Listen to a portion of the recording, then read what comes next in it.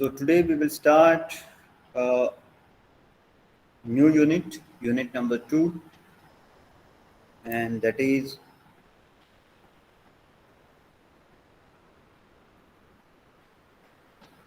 financing decision.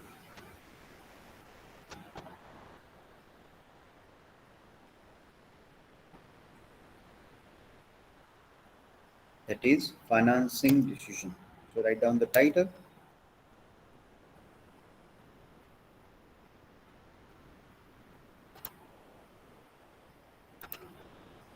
Done.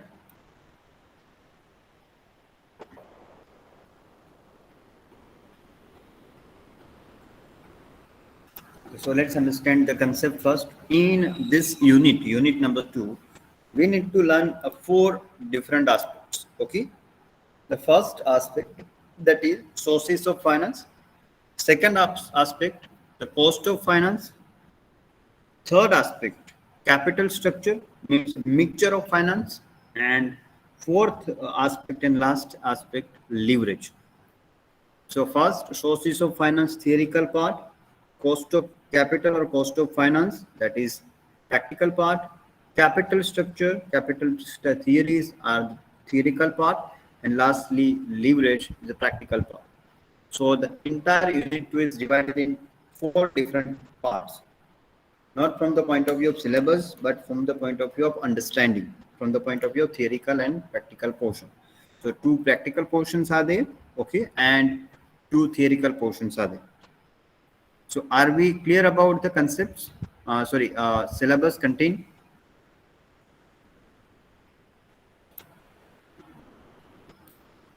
There are 4 parts in a unit 2, okay. The first part is sources of finance. Let me go for that. Sources of finance, the first part. Second, cost of capital. Number 3, capital structure. And number 4, leverage. So first, today we try to understand the first part of unit 2, sources of finance. From where we can get money, from where company can get money. So as we know, we have 2 types of finance. One is public finance, second one is private finance. In again private finance, we have business finance and personal finance. So when it's come to a personal finance, it means your money and my money. So if you and me as a single person, as a partnership, if we want to start a business, we have 2 different sources. Please try to remember, it is for your understanding purpose. Okay, it is for clearing the background. So when it's come to a personal finance, we have 2 sources. The first source is internal source. Okay, if I want to start a business, I required some money, I required some finance. So that finance is my own finance. Own finance means a cash on hand, my bank balance, okay, and the deposit I have invested somewhere or I have deposited somewhere. It means my money first. If my money is not efficient, my own money is not efficient, then I ask my family members. Again, my family members does not have that much of money or they are not ready to give me that money, I ask my friends or relatives. Are you getting my point? So for a personal finance, we have internal sources. Internal sources means your own money, your family members' money, and money you received or you get from your relative and friends. These 3 are the internal sources for getting the money, and remaining all are external sources. External sources means you may get money from the commercial banks, private banks, public banks, financial institutes, cooperative societies, and some of money lenders firms.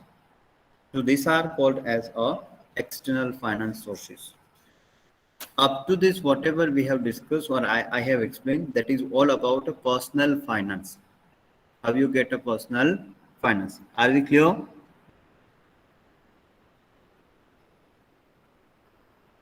Okay, your home loan, your vehicle loan, gold loan, these all are the examples of personal finance, specifically external sources.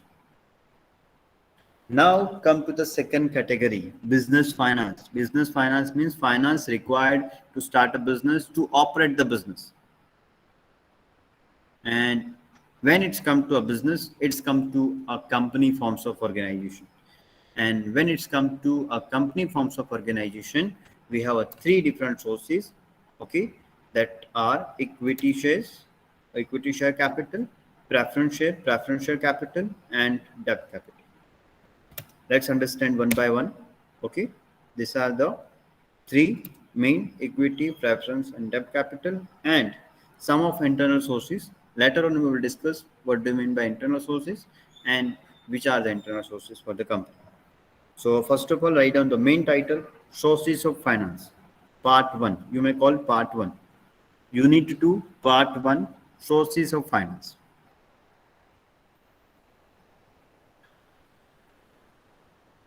Done? No need to write everything, just write down the main title.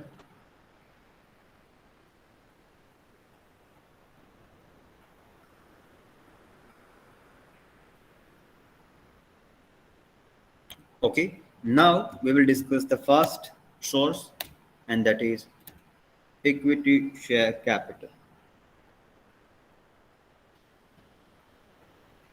Equity share capital or equity capital.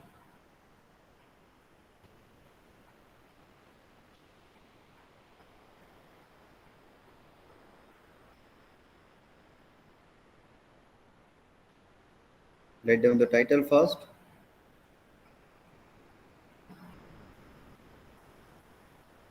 Equity share capital. Already in initial sessions, in the sessions of Unit 1, we have discussed that the equity shareholders are considered as owner of the company. Okay, and generally equity share capital is known as owners capital. Here owners capital means a capital of owners, and here owners means equity shareholders. Why? Because they are bearing the risk in terms of financial risk, in terms of business risk, both the risk they are bearing. Let me explain once again here. Okay, see, if the debenture holders are there, they get the interest. A specific rate of interest is there, 5%, 10%, 20%. If preference shareholders are there, again they are getting the preference in terms of getting the dividend. That is 5%, 12%. That again the dividend. It means debenture holders get the fixed return, preference shareholders get the fixed return, but for equity shareholders, the return is not fixed. If there is a profit, okay, and if the board of directors or a management of the company is ready to distribute this profit among the shareholders, then and then there is a dividend. It means the return. Equity shareholders have invested their money, but return is not fixed. At some time, it is not sometime. It is not necessary that every company is distributing the dividend every year. So in some of years, the dividend is there. In some of years, dividend is not there. In spite of company having the profit, or in case of reverse condition, if the company is suffering the losses, in that case, again debenture holders get the return, they get the interest, because they have less concern about the profit or loss. Similarly, some types of preferences have that right also. In the loss condition, company have to pay the dividend to the preference shareholders. So from that point of view, the debenture holders and preference shareholders are getting the regular return on their investment. Whereas when the company is suffering the losses, equity shareholders get nothing. They get the zero return. That's why they are having a ownership. And last point, why they have ownership? Because they are bearing the risk. Plus whenever the annual general meeting is there of a company, annual general meeting, shortly it's known as AGM. Whenever the AGM is there, in that AGM, the equity shareholders only have a right to appoint the management, to appoint the directors, to appoint the executive, to appoint the CEO, or to appoint the independent director, to appoint the representative. This all the voting rights are with only equity shareholders. So equity shareholders are considered as owners. Equity share capital is considered as ownership capital. Okay, they get a return in terms of dividend if there is a profit and board of directors are ready to distribute the profit and they are bearing the risk of the company. Up to this, all the points are clear, my dear?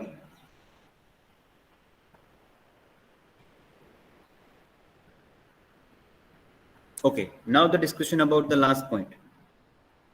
Suppose I have started my business, okay, my food business, and in spite of profit, I am suffering the losses. And now I want to close my business because I am not in a mood to run my business with the losses. So, whatever the liabilities are there, whatever the business operations are there, for that all, who is the responsible? If I have taken a loan from the bank, I have taken a or I have withdrawn a money from uh, relatives or friends, then who is? Only the one person. I am handling the business. I have started the business. I am operating the business. So who is the responsible for everything? Only I. Are you getting my point? So here my point is my liability is unlimited. जितनी भी business की liabilities है वो पूरी liabilities मेरे कंधे पर. All the liabilities of business are considered as my liability. So in from that point of view, my liability is unlimited. But that not happen in case of equity shareholders. Suppose I have purchased the 10 shares of Reliance Limited. Okay, so whenever this type of circumstances are there in the Reliance, my liability is limited to only my 10 shares. I am not responsible for the entire Reliance group or Reliance Limited or liabilities of the Reliance Limited. Are you getting my point? So if the RJU has purchased a 20 shares of Tata Motors, then the liability of the RJU is limited to 20 shares. Beyond that, RJU is not responsible anymore. So are we clear about the equity share capital? Number one, it's considered as owner's capital. Equity shareholders are known as owner of the company. They get the dividend. They are bearing the risk, and their liabilities is limited to their number of shares.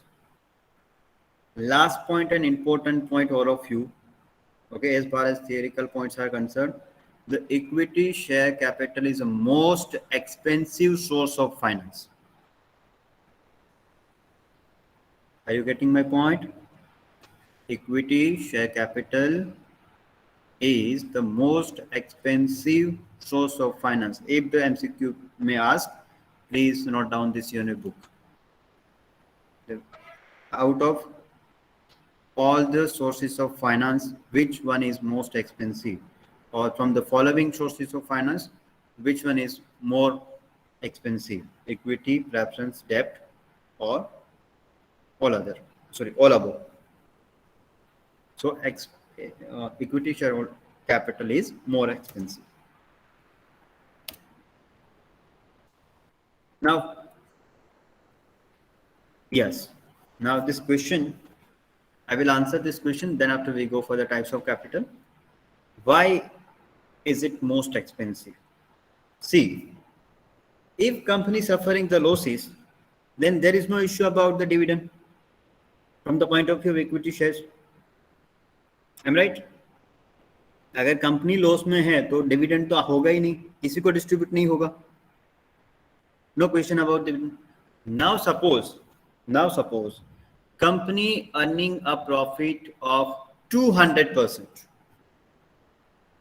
Company earning a profit of 200%. Okay, but before that, suppose company also have a debenture of 10%.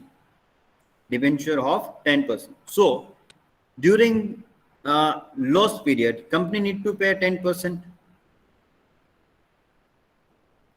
interest to debenture holders. Am I right? 10% interest to debenture holders. Whether the company have a profit or loss, 10% is fixed. Now, Suppose company earning a profit of 200%. So again in that case, the interest on debentures remains same 10%. Okay, but in case of equity shareholders, if the company earning 200 profits and board of directors have said that we are announcing or we are declaring the 20% dividend on equity shares. So here 20% of 200 means how many percentage?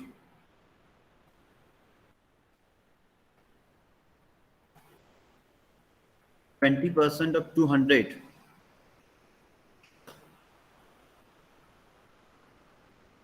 40%. So are you getting my point? For one equity share, our cost from the point of view of company, not from the point of view of shareholders, but from the point of view of company, this dividend is expense. So for one share, our cost is 40 rupees. For one debenture, the cost is only 10. Now I think so Vishwa have I raised this question, right dear? Now it's clear, dear?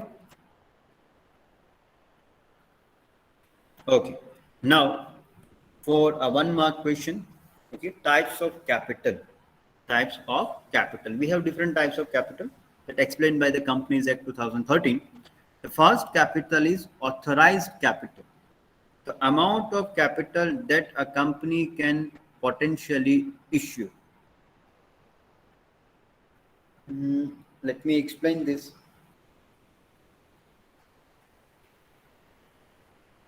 Have you visited the Marwar University campus?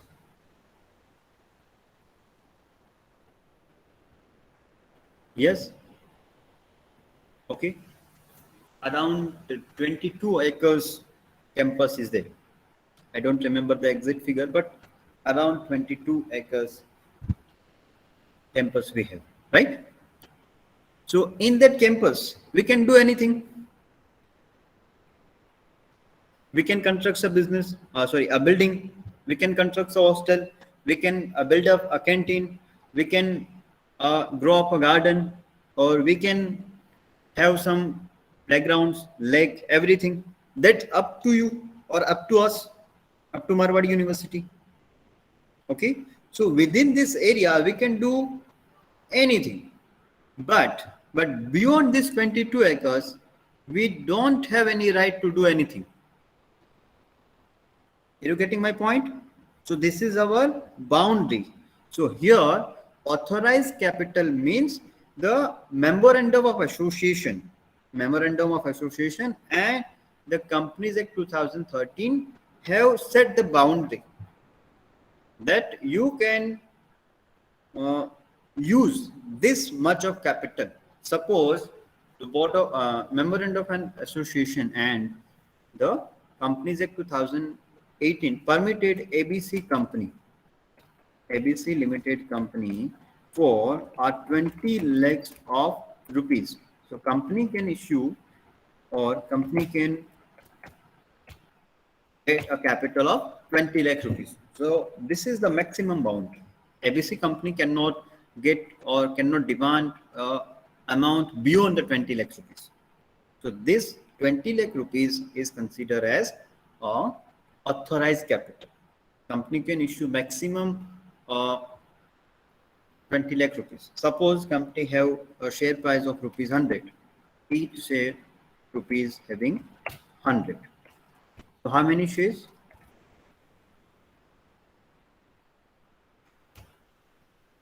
How many shares? 20,000 shares. Are you getting my point? So here 20,000 shares and or 20 lakh rupees are considered as authorized capital. The concept is clear. Maximum amount of capital that company can issue.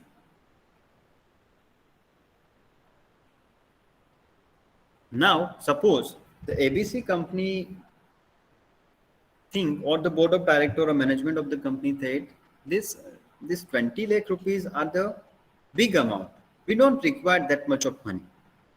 Right now, our requirement is limited to only 10 lakh rupees.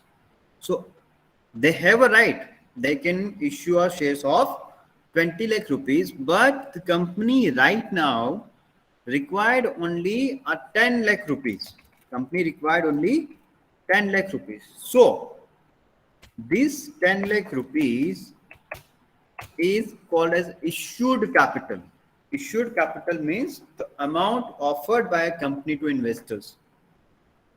Total capital that company can issue maximum 20 lakh rupees, but right now company require only 10 lakh rupees. So they are issuing the capital for 10 lakh rupees. So they are offering a 10 lakh rupees amount to shareholders. Now the second point is clear.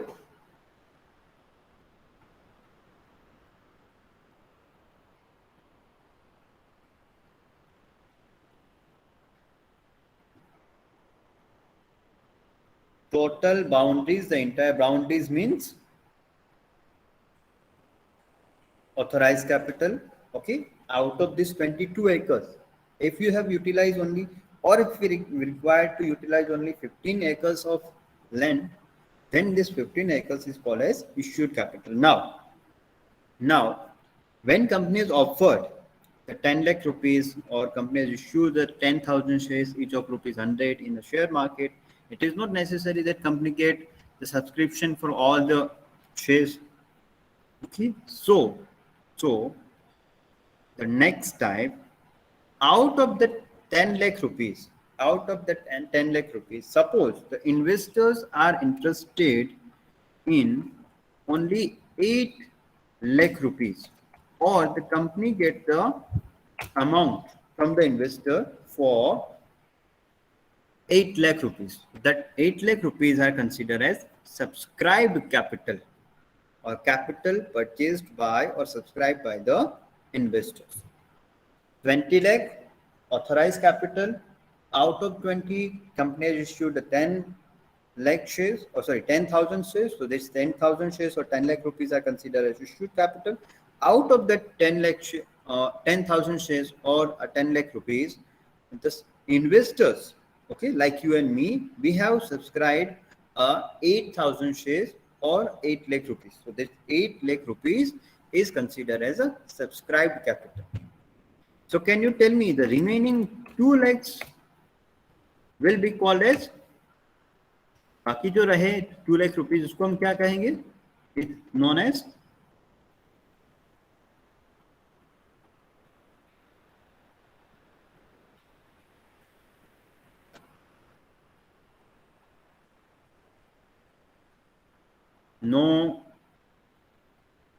no, yes, Shivani Bai is right. It's known as unsubscribed capital. जितना भरपाई हुआ, जितना मिला, that is subscribed. जितना नहीं मिला, वो unsubscribed. Are we clear about these two terms? Out of total issued capital, the capital subscribed by the investor, it's known as a subscribed capital.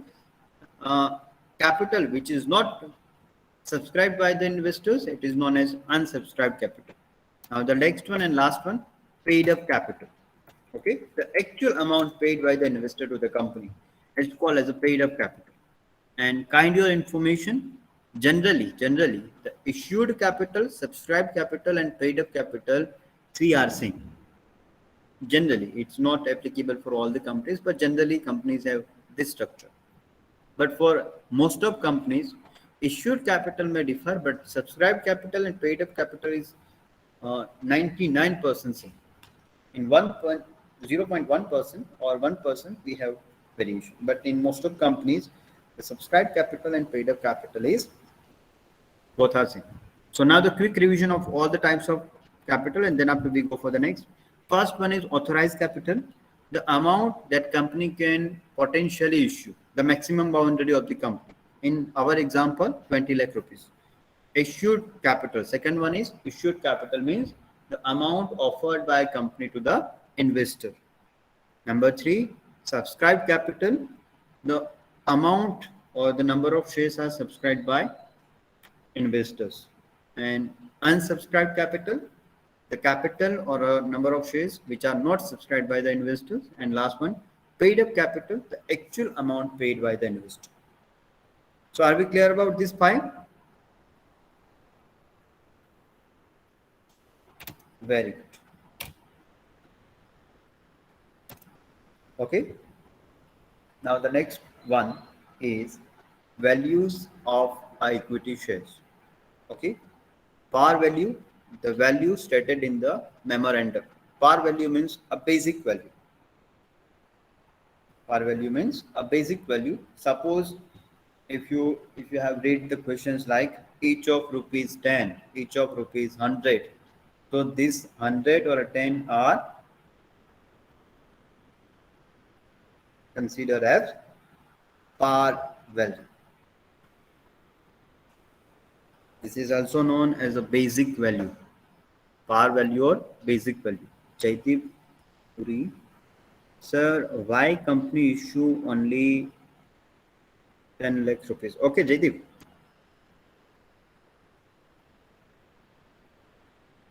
Okay, wait. Suppose I have deposited 5 lakh rupees in your bank account. By very next day, are you going to utilize or are you going to spend that entire 5 lakh rupees? No.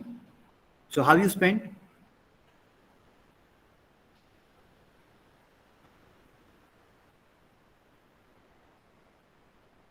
As I required, okay? Suppose very next day you are going to purchase Apple iPhone Plus, okay, iPhone 11 or i11 Pro, then you required suppose 1 lakh rupees. So very next day you will utilize 1 lakh rupees. 4 lakhs remain same in your bank account. Are you getting my point? After 1 month you required one more 50,000 rupees. So you have withdrawn the 50,000 rupees. The remaining 3 lakh 50,000 is remaining in your bank. So it's a same applicable to companies. Companies have a right, okay, so that may issue a potential issue a 20 lakh rupees, but right now company does not require that 20 lakh rupees. Company required only 10 lakh rupees to start a business, to operate the business. That's why they are issuing only 10 lakh rupees. In a future, whenever company required more money, at that time company have a right that company can issue that remaining 10 lakh rupees, and that is FPO, following public offer, that we will discuss later on. Okay, now my dear, I have answered your question. Got it?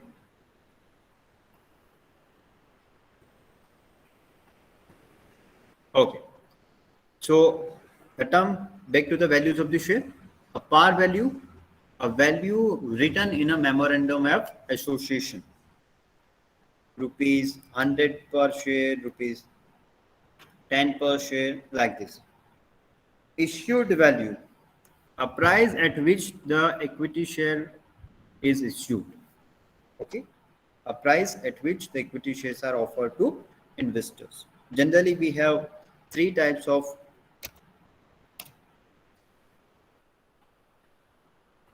wait for a minute. If we have, I think we don't have. Okay, leave it. I will explain orally.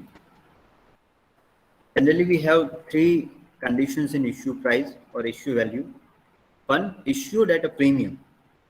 Okay, issued with a premium or at a premium. So suppose 10% premium is there. So in that case, and each of rupees 100, share price is 100. So here 100 plus premium 10 means 110. That is called as issue price or issue value. If the second case, if the company is issue the shares at a 5% discount. So here 5% discount means 100 minus 5. So here 95 will be considered as issue value. And company is issued at a par. So here par means a par value, and par value is 100. So par value means a value written in a memorandum of association. Issue value means a value at which the company is offering the shares to the investors. It may with a premium, it may At a discount, if we have premium, we need to add that percentage. If we have discount, we need to deduct this discount. And at a par value means same amount. So we are clear about this two one? Yes, the par value, face value, basic value, these three terms are same.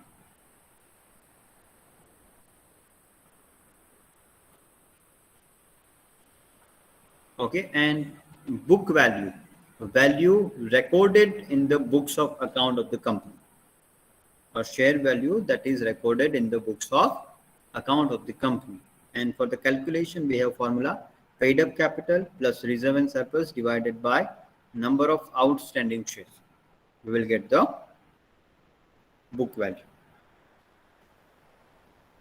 So please remember three values: par value or a face value or a basic value, a value stated in the memorandum, issue value, a value or a price at which the equity shareholders are offered to investors, book value, a value written in the books of account. Market value, okay, the current price of the share. The last time we have searches in Google that the market price of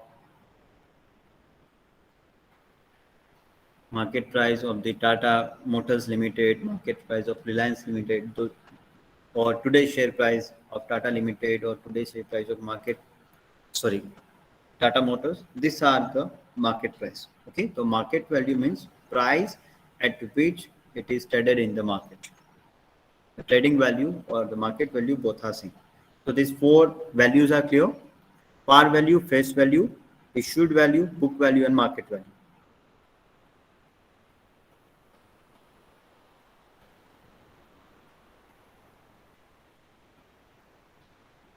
Everyone, these four values are clear. Arju have asked, how is the share price changes every day? Arju, wait beta. In some of session, I will explain that how the share market is functioning, how the shares price changes every day. Okay.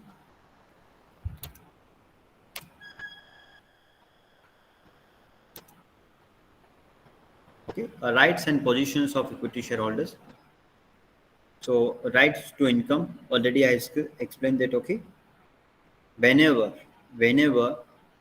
okay, there is a profit in a company and the managements are ready to declare the dividend, the equity shareholders have right to get the dividend. So they can claim income of the firm. Okay, income means a total revenue of the firm. This income equal to profit after tax. Okay, profit after tax. Here, income of the firm means profit after tax. Profit after tax means the net profit of the company after paying all the expenses, after paying the interest, preferential dividend, and even though a tax. So after paying the tax, whatever the final profit, the net profit is available, that is the income from the for the equity shareholders. And there are two options. Either company go for the distribution of dividend, so equity shareholders have a right to get the dividend, or if the company is going for the reinvestment of profit in a business, then it is called as retained earning.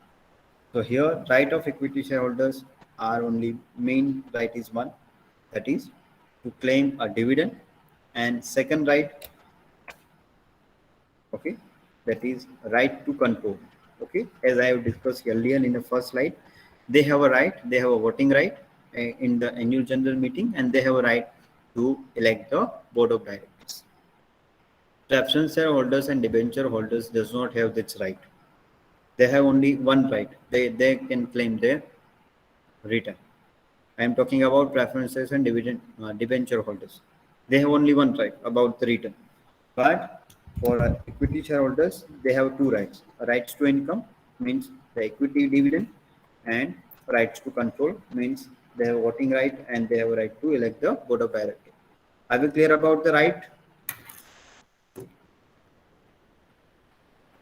Two rights of equity shareholders. One is about income, second one is about control.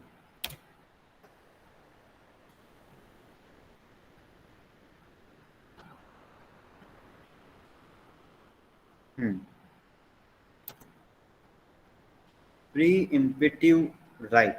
Preemptive right means whenever company is going for a issue of additional shares, okay, issue of additional shares. As somebody asked me that, sir, why company has issued only 10 lakhs? What about the other remaining 10 lakhs? Okay, Jaideep have asked this question. So whenever company go for that issue of remaining 10 lakh rupees, the equity shareholders have a right to demand their first, okay, their first preference for that remaining capital.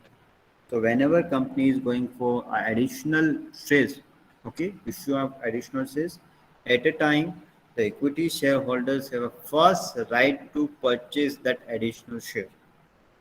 Okay, and that's why it is also known as a right shares of K share. Okay, right K share. It is not that much of important. Okay, right in liquidation. This is most important for of you. The fourth right. The first right is about income. Second right is about control. Third one is about right trace, and number four, right in a liquidation. Okay. Number one, when company is going to shut down their business, at that time, the equity shareholders have a last chance to get the money. Generally, what is the sequence? Let me tell you. Whenever company is going for a shutdown, first company need to pay expenses to shut down the business. Then after they need to pay secure loans. Then after the other loans. Then after debenture holders. Then after preference shareholders. Then after the expenses related to the employee staffs and all this. And if after this, after paying everything, every liabilities, it is a loan, it is a debenture, it is a preferences, or it is other expenses. After paying all the expenses, after paying all the liabilities, if some surplus monies are there, that surplus money is distributed among the equity shareholders at a time of liquidation, at a time of shut downing the business. If the company does not have that much of money, then at that time the shareholders are get nothing.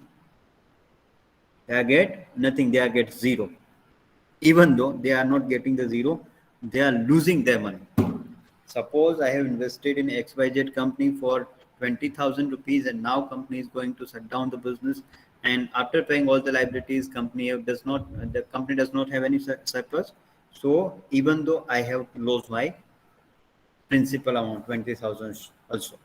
So rights in liquidation. So I can say shortly that equity shareholders does not have any right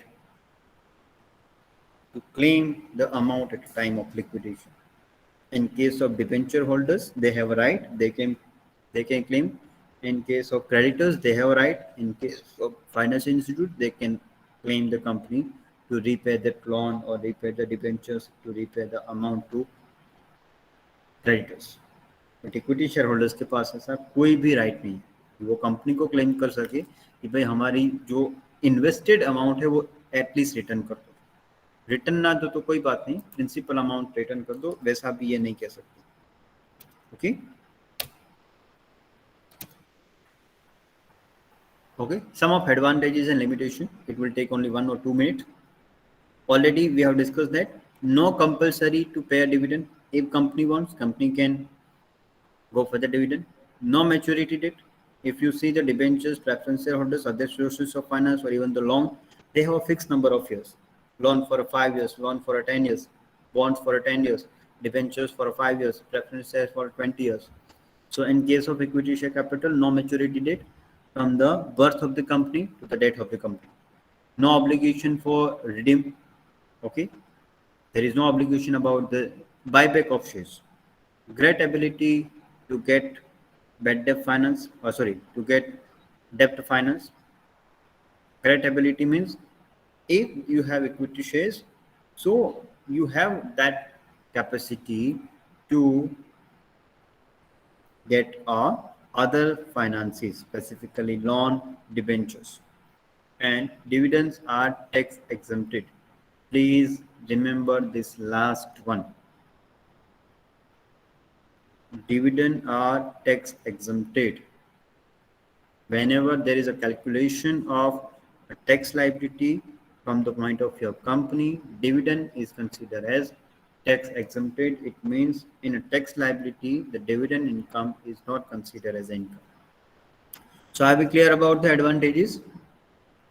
Okay, no compulsory to pay a dividend, no maturity date, no obligation of redeem, great ability to get the other sources of other finances, and tax exemption in dividend. Now disadvantages. Disadvantages. Duality the control of existing owners.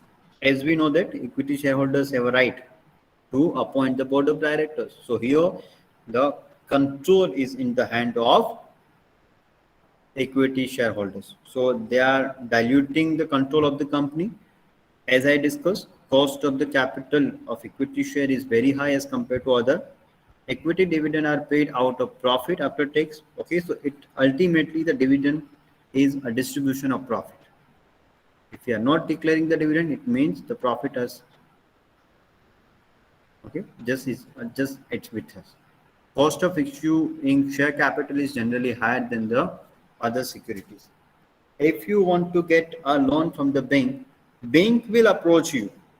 Bank will approach you that you get this loan. Okay. Have you ever received a call from a bank to get the credit card? You or your family members, your father, your mother, have you received a call from a bank? Sir, do you have a credit card? Do you need a credit card? Like this? It means what it says. The credit card, it means the bank securities, bank finance is free of cost. You are not required to pay any amount to get that credit card. They are directly offering you. And if you say, yes, I have my company and I have 50 employees, and this out of this 50, 20 are interested in a credit card, the bank officers will come to your company, to your office. But in case of equity shares, it's reverse. You need to go to the law, you need to go to the company, market, you need to issue the shares, you need to pay the issue expenses, and then after, additionally, you need to open one particular bank account for the issue of the equity share capital. That is a finance point we are not discussing here. So these are the limitations of the equity share capital. So with this, our equity share capital is over. The conclusion of this entire session. Number one, equity share capital, the concept. Okay. Then after, the types of capital. Then after, the rights and position of the companies, equity shareholders in a company, advantages, disadvantages, and some of concept like as a value of shares that we have learned in this entire point. If you have any query, any question, quickly write the question. And if you don't have anything to share, please write your enrollment numbers.